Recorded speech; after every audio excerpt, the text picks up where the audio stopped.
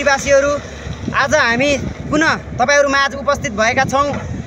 आज यस गडवा गाउँपालिका वडा नम्बर 1 को बडारा अवस्थित राप्ती नदीको बडरा घाटमा जुन किसिमले यहाँ ठूलाभन्दा ठूला मेसिनहरू लगाएर मापदण्ड विपरीत राप्ती नदीमा चाहिँ बडरा गाउँमा अवस्थित झुलुङ्गे पुल भन्दा 300 मिटरको दूरीमा ठूलाभन्दा ठूला मेसिनहरूले उत्खनन गरिरहेको छ भन्ने खबर आउनसाथ हामी यहाँ उपस्थित भएका छौं र यहाँ चाहिँ यो झुलुङ्गे पुलको नियम अनुसार 500-600 मिटर वरपर चाहिँ नदीजन्य पदार्थहरू उत्खनन गर्न पाइँदैन भन्ने खालका नियमहरू रहेका छन् र उक्त नियममा टेकेर चाहिँ हामीले उक्त यस कामका ठेकदारहरू एवं यो मेसिनलाई यहाँ खनिएका 10 मिटर गहिरो खाल्टोलाई चाहिँ पुरेर हैन तपाईको मापदण्ड पुर्याएर काम गर्नको लागि हामीले यहाँबाट दबाब दिइरहेका छौं र यो काम भइ पनि रहेको छ।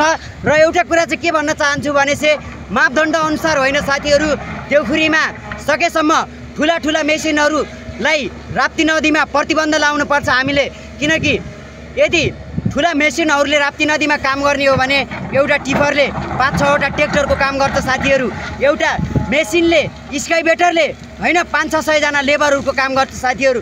त्यसैले यदि स्थानीय दिन दुखी गरी लेबर ड्राइभर एवं मजदुर किसानहरूको हित समृद्धि र उहाँहरूको उन्नतिको बारेमा सोच्ने हो भने गडवा गाउँपालिकाले तत्काल राप्ती नदीभित्र भइरहेको यस मापदण्ड विपरीतको उत्खनन कार्यलाई प्रतिबन्ध लाउन जरुरी छ।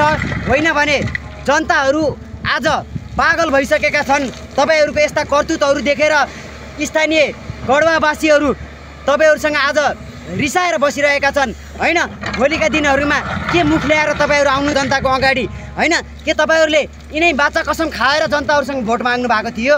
हैन तपाईहरुले के यही किसिमले राप्ती नदीलाई लुट्छौं हामीले भनेर हैन जनताको अगाडि भोट दिनु पर्यो, हामीले जिताउनुस्, हामीले चाहिँ राप्ती नदीलाई बर्बाद पार्छौं भनेर आउनु भएको थियो?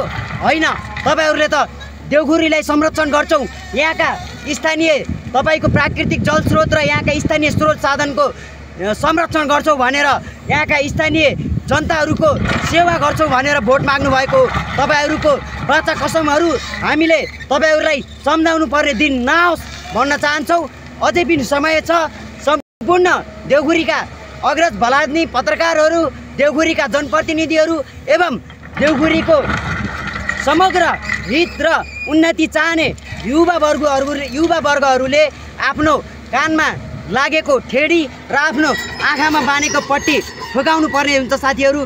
धन्यवाद। जय नेपाल।